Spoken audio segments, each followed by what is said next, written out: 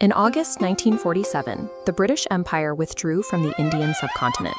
They left behind a thick black line on a map that sliced the region into two sovereign states, India and Pakistan. This sudden division triggered a mass migration. Over 10 million people found themselves on the wrong side of the new border, forcing Hindus and Sikhs to flee toward India and Muslims toward Pakistan. In the chaos, hundreds of thousands were killed in communal riots. 2 years after this initial upheaval, the governments of India and Pakistan turned their attention to the mental asylums. They decided that even the insane needed to be sorted by religion. Muslim patients in Indian asylums were to be handed over to Pakistan, and Hindu and Sikh patients in Pakistan were to be sent to India. The exchange was handled with the same clinical logic used for property or livestock. Officials were tasked with moving human beings across the border based on a single data point, ignoring whether these individuals had any remaining family, memory, or connection to the nations they were being assigned to. Saadat Hasan Manto, a writer who had himself migrated from Bombay to Lahore during the partition, saw a profound dark irony in this bureaucratic directive. He channeled that irony into his final masterpiece, the short story Toba Tek Singh. The story uses the asylum setting to challenge the binary definitions of sanity and madness that dominated the era. It asks if the labels we use to define a stable society can hold any meaning when that society is actively tearing itself apart.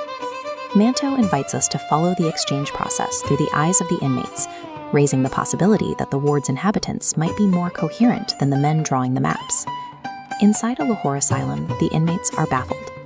They have spent years isolated from the political rallies and religious slogans of the outside world, so the sudden appearance of two new countries feels like a delusion. Confusion is the standard response. One inmate climbs a tree and stays there for hours, explaining that he refuses to belong to either India or Pakistan and will simply settle in the branches instead. While these inmates are expressing a harmless bewilderment, the sane population outside is organized. They are systematically burning down neighborhoods and using religious identity as a justification for murder. The contrast is sharp. The madness within the asylum is characterized by a lack of malice or political agenda, while the sanity of the outside world has become synonymous with organized violence. The asylum walls serve as a boundary between two different types of chaos. Inside, there is innocent confusion. Outside, a lethal, calculated rationality that has abandoned basic human empathy. The protagonist, Bishan Singh, embodies this refusal to move. He has stood on his own feet for 15 years, his legs swollen from a decade and a half of constant upright vigil. His speech is a jumble of nonsensical phrases, yet he possesses one fixed, lucid desire. He needs to know if his home village, Toba Tek Singh, is in India or Pakistan. This diagram shows the impossibility of his question. As politicians negotiated, the border was a moving target.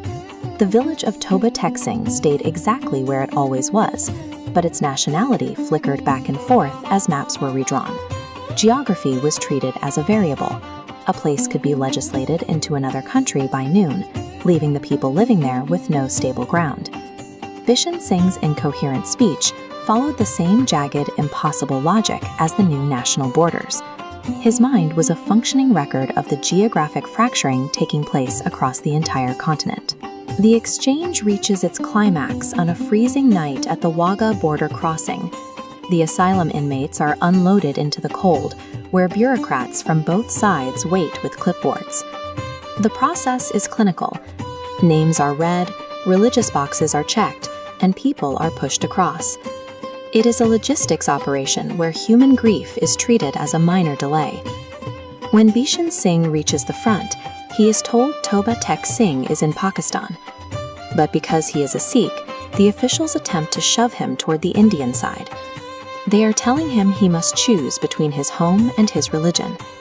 The state demands he accept a national identity that requires him to abandon the only place he knows. To the officials, the village is just a coordinate. To Bishan Singh, it is his entire reality.